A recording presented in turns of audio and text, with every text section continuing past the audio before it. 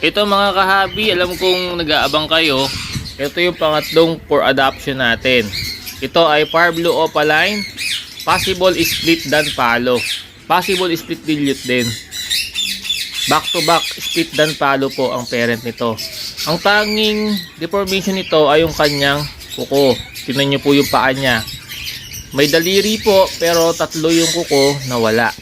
Yan lang po ang deformation niyan sa kuko lang.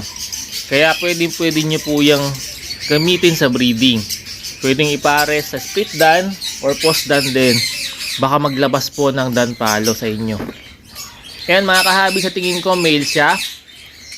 Dating gawi, mag-comment lang po ng lugar ninyo at kung bakit sa inyo dapat mapunta itong ating for adoption. Okay mga kahabi, comment lang po. Huwag na po mag-PPM ha. Mamimili tayo doon sa mga nag-comment kung sino o kanino natin ipapa-adapt itong ating ibon. No, third na ibon for adoption to. Salamat mga kahabi.